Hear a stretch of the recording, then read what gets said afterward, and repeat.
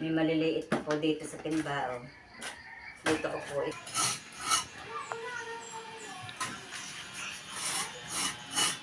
tapos ko pa magtupi ng damit naghapunan na. At medyo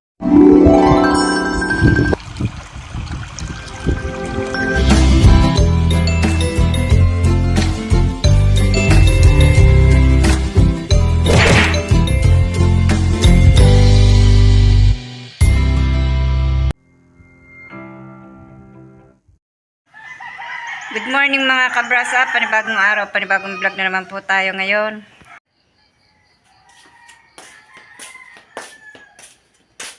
Tayo po maglalagay po muna ng kahoy din sa sako at para po ito malinis ko at hindi po nailagay ni Tatay Roman sa taasan at kahapon po may ginawa. Pagkarating pong galing sa trabaho.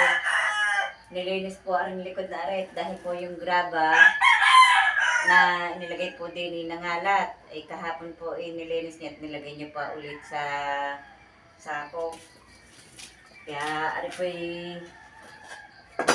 akin na po muna ilalagay sa sako para po ari po malinis ko. Hindi ko po ari mawalsan ng ayos dahil po ng kahoy na akin. Lalagay ko po muna ulit din sa sako. Hindi ko naman po mailagay doon sa taasan. Hindi ko na po abot. Kahirap po ng maliit. Kaya din na muna po ulit ilalagay para po mawalsan ang sahig. Nakabuntong din sa sahig ang samantingnan.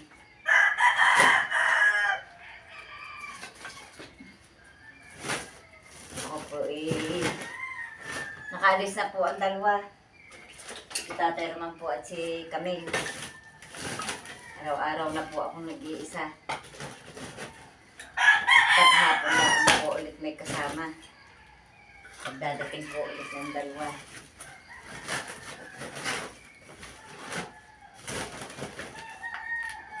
Kaya para po wag akong mainit, yan.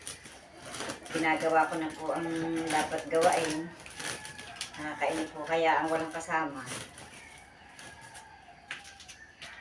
Kaya ayaw ko po na ako'y napapatigil. Gusto po ako'y lagi may ginagawa.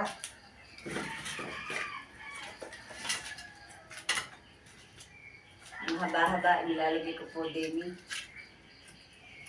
Abot-abot po ako Tataas po ng lagayan.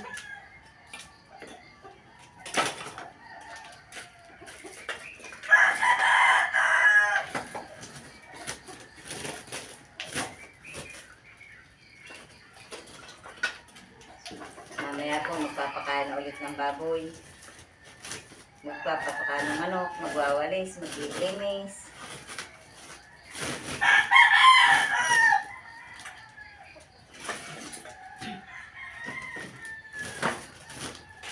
Ako po yata ay kwan. Tanda-tanda ko po nung ako po'y maliit. Yung pong ako'y bata pa. Hindi naman po ako nalaki. Maliit pa rin po, matanda na maliit pa rin. Ako po yata ay namulat na po yata ako sa mga trabaho. Kaya po ako'y pag kapatid para po akong nanlalambot. Pag po ako'y walang ginagawa, ako'y inip na inip.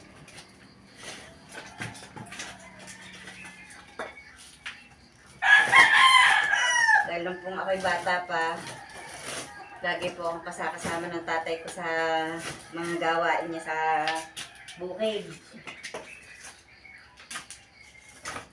Laging sa pagtatanim po, sa pagbabangbang.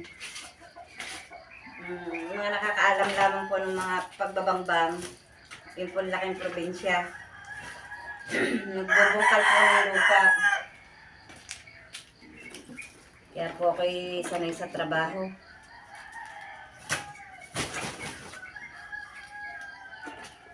May maliliit na po dito sa timbao. Dito ko po inilagay. Dahil po yung po pag nagpaparikit po ng apoy, nagagamit po yun. para po madaling luminas ang apoy.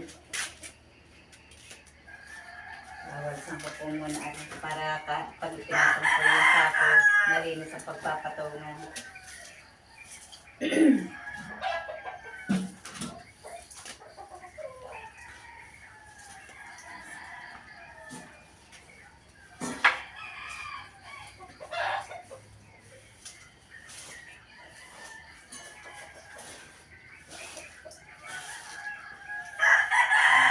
Patong ko po ang sako din.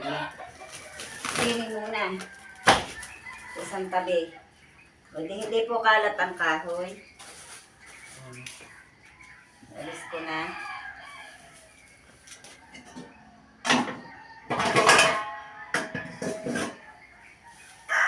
Umpisa na po ng paglilinis. Yan, dadakutin ko na laang.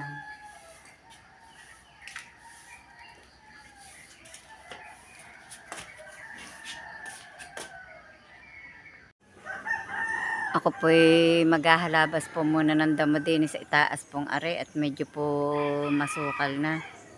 Yan, puro po bagin.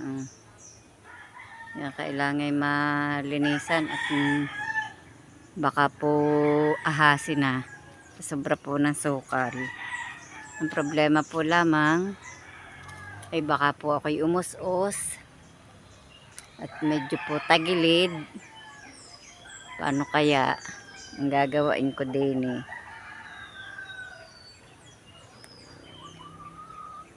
Medyo po tagilid. Maintindihan kung paano ang aking gagawin doon.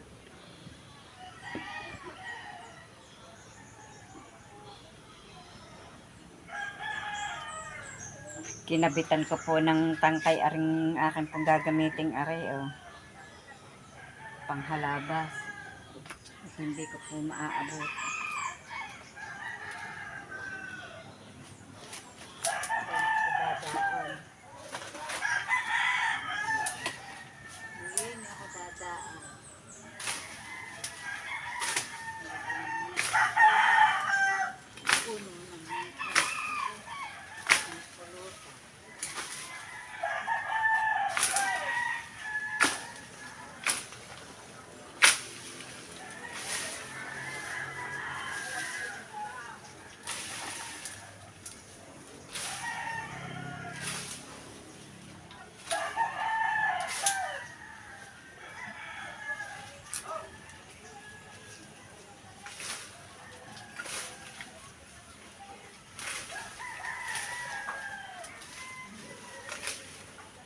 Narinig po ako. Naghahalaban. Pinakawit ko po ang gano'n.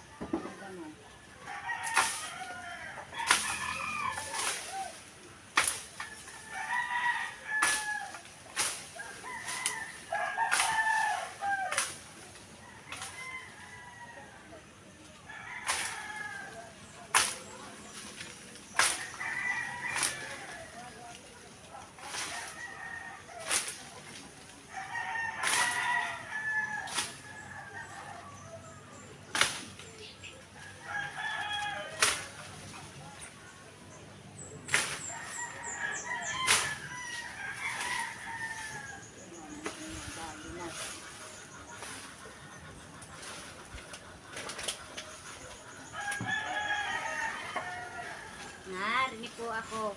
Pasot-suot. Masukal.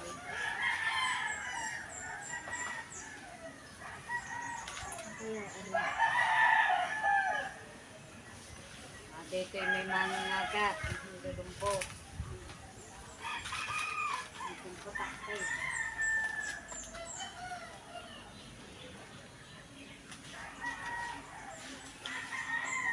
Ang dami ng bagay. Ang dami ng bagay.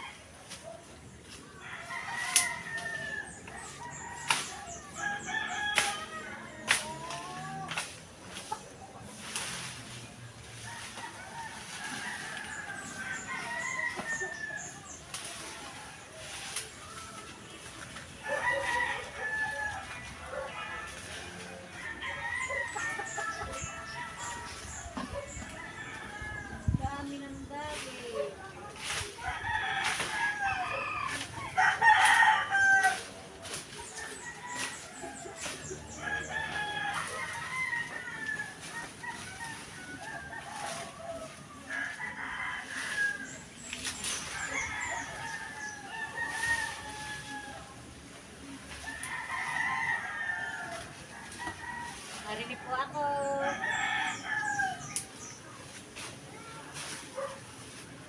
Natakloban ako ng damo.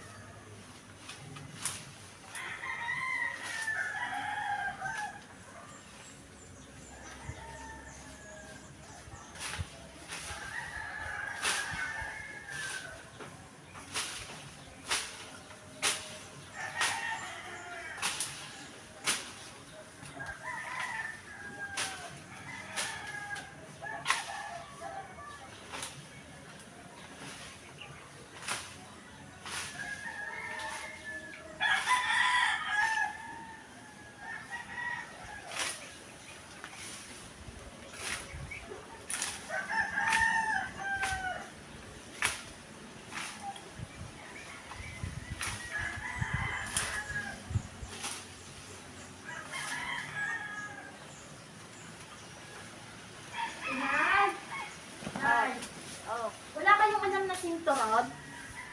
doon sa taas daw sa piggy eh. May sinturong itim.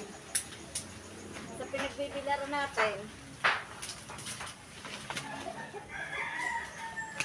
Yeah. Yeah.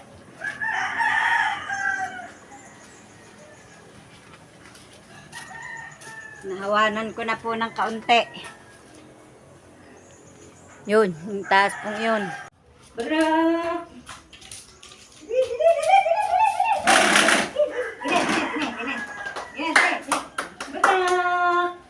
Now, ay, yun. Ano, matay.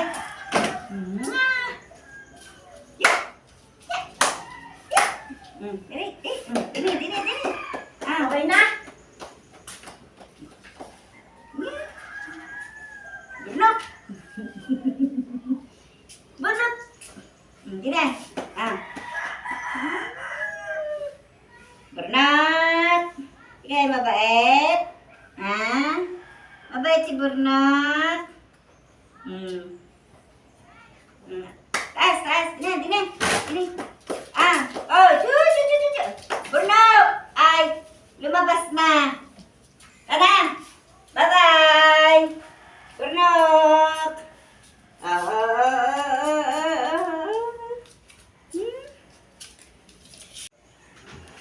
Ako nagbabang ng jacket at malamig doon. Si Camille po gayak na naman, oh.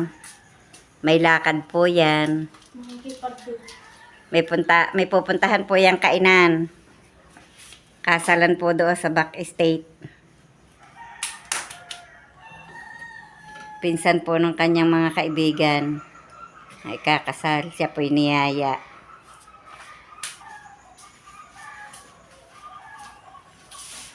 Tingnan niyo po, ang laki na ni Camille. Grade 9 na po yan. Malapit na po yung mag-grade 10. Awa po ng Diyos, maiiraos din po yata kahit papaano.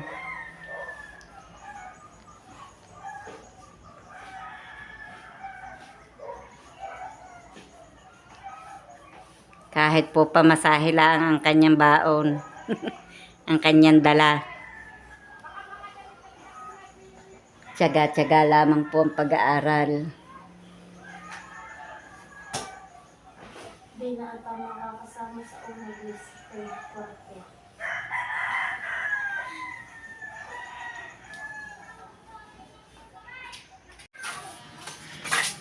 Ngayon po ay pinagtulungan na ni Alvin at ni Makoy itong dalawang bintana pang natitira sa kwarto. na hindi nakakantuhan. Si Makoy. At nandito naman po sa kabilang kwarto si Alvin. Ayan, malapit na po niya matapos itong, ang inuna po niya yung taas at saka dalawang gilid. Ang baba po ay mamaya na pag natapos yun.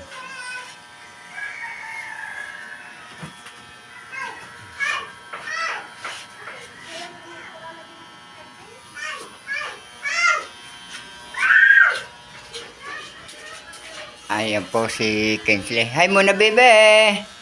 Hi! Ayan, nakasakay po sa kahon. At ito po naman yung anak ni Alvin.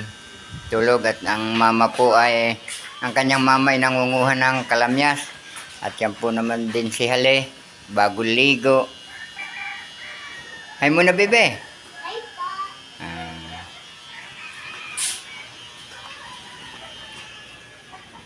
At si Nanay Luz po naman, busy-busy dito sa kusina at nagsisigang po ng isda. Yan po Mga kabrasa, magandang tanghali po. Nagpabili po kami ng isda doon kay Annabelle. Nagpunta po ng bayan ng Kalaka. Hindi na po kami nakapamalingke. Ito wala kayong mga banal. Wala. Ngayon ay natapos na ni Alvin yung pinaka-header at saka itong dalawang gilid. Ito naman ang ginagawa na niya ngayon, itong pinaka-pasimano. At si Makoy naman ay nakatapos na ng isang pisngi, na isang kantuwa, tapos ayun, patapos na rin yung pinaka-header. At ito naman ngayon ang kanyang tinitira.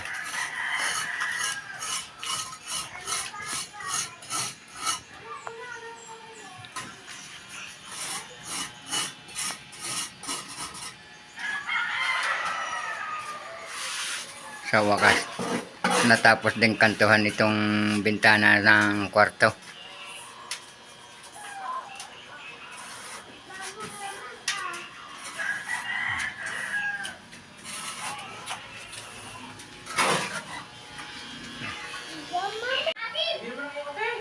Sa wakas mga kabrasap, natapos na ni Alvin itong kantuhan, itong bintana, itong isang kwarto. Yan. Tapos patuloy pa rin laan dito si Makoy ng pag aayos. Natapos na nito yung dalawang side. Tapos doon sa pinaka-header may natitira pang kaunti at nalaglag nga. At nilalagyan na ngayon ni Makoy itong pinaka-pasimano.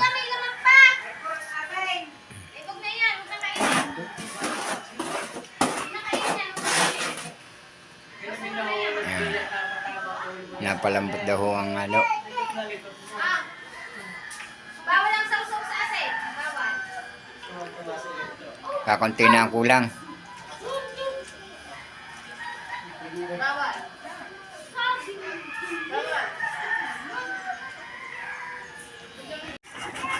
Pinagtulungan na po ng magkuya ang isang bintanang are. Ano kaya nilalagay na yan? Bubulihin?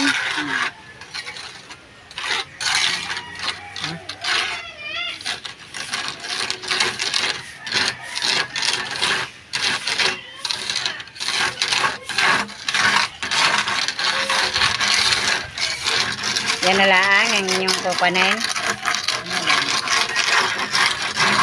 Di tatabasin pa yung nasa ilalim na yan. At ito na nga po yung dalawang bintana na kinantuhan po ni Alvin at ni Makoy. Yan.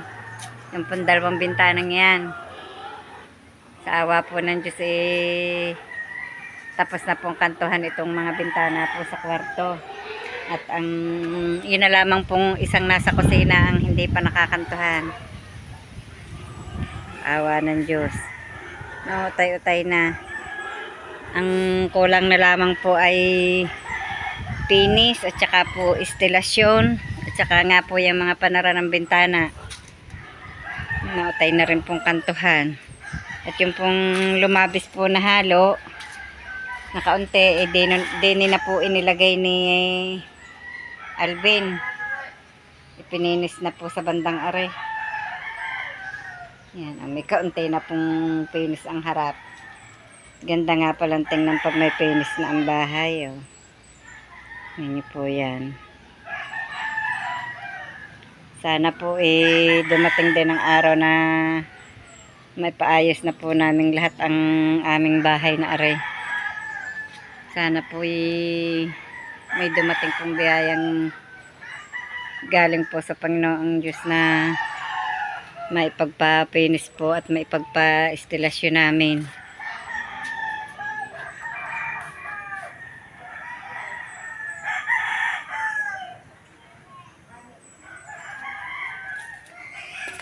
May mga kantuhan na po lahat ng bintana.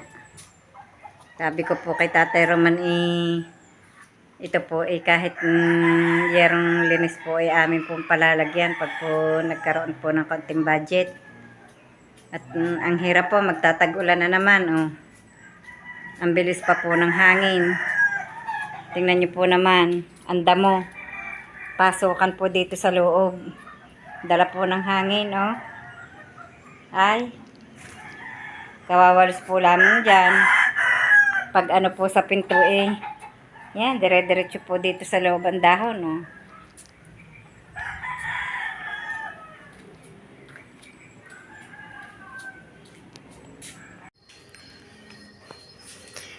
Si Camille po ay naglilikom na ng damit na yung kanya nilaban nung isang araw. At pupunta tayo dito sa kwarto kung ano kayang ginagawa ni Nanay Los. Aba, si Nanay Los nagtitiklo pala ng damit. Inabot na po ng gabi sa pagtutupi po ng mga nilabahan po ng isang araw ni Camille. Ang dami pong nilabhan. Dami po ng mga tupiin.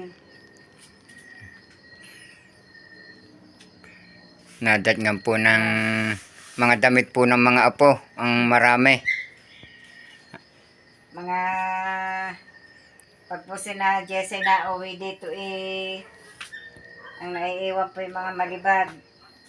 Kaya ang dami po wala na po kaming anak na maliit. Kaya ang dami pa pong topi yung maliliit na damit. Oh. Dahil po ng mga apo. Pagka napunta po sila dito, ay iniiwan na po. Mga damit para nga naman pagbalik nila dito, may damit sila. Yan, ang trabaho. Kanina po ako naglaba. Dami ko din pong nilabhan. Pagkakalaba, ito, trabaho. Arko. Yan. Yan pa, may deliver pa po. Yung uniform mo yan, isabit mo na. Para, Ayan po ang damitan ni Camille.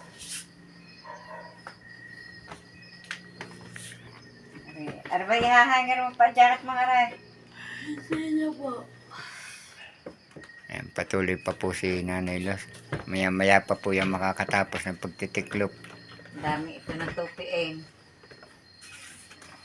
Kay Camille po ang iba nito. Mamaya pa po kami makakakain ha. Ano po yung pagkatapos pa, bago pa po kami kumain. Kami po maghahaponan muna. At meron po kaming ginataang papaya. Tapos, Kain muna kayo mga kabras up.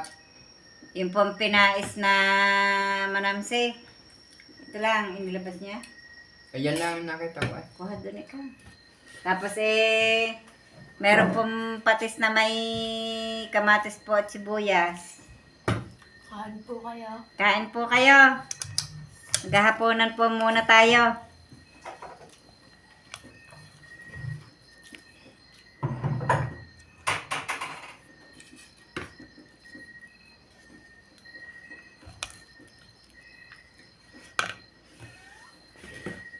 Ika na ba ito? Salamat po, Lord, sa biyaya po nasa aming hapag po ngayon. Maraming salamat po. Amen. Lot. Nakasubo na kami. Naka-iga na ito. Ito, isasabugong ko bukas. Yan ang dadalhin mong ulam. Oo, ito. Iga na eh. Ang dadalhin daw po ni Tate Roman na ulam bukas ay ito pong pinais. Ito po, oh. Yan. Pinais na isda sa dahon. Masarap po ito pagkalabog.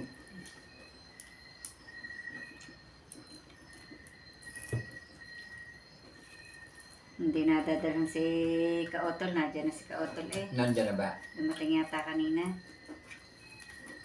Favorite yan ni Kaotol eh. Hindi ba ni Makoy yung isang araw? Nagustuhan din daw ni Yeah. parang Ariel. Ba't nagdala na isda? Oo, humingi dito. Ayun. Muntik na lumampas. Nalasan na po namin ang dahon. Bakit, Ako po yung magkakamay at masarap po ang nakakamay. bakit nakapagdala si Makoy? Iyon ang iniulam. Kain po tayo. Pagkatapos ko pa magtupi ng damit naghapunan na. At medyo gutom na din po naman.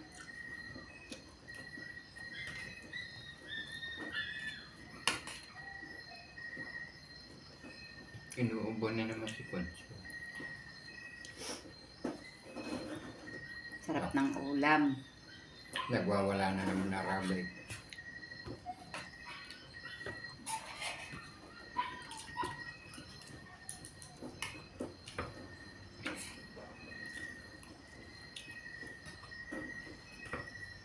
Napapadami ako ng kain ito.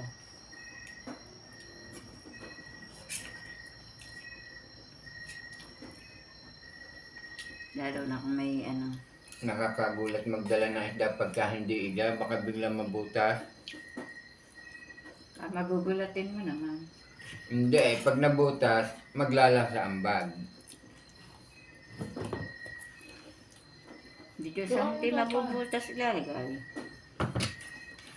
Kaya dapat yung hindi yung iga na. Kukuha po muna uli ako ng konting kanin ng mga kabrasa. Masarap talaga. At ngayon po ay tapos na kaming kumain ng hapunan.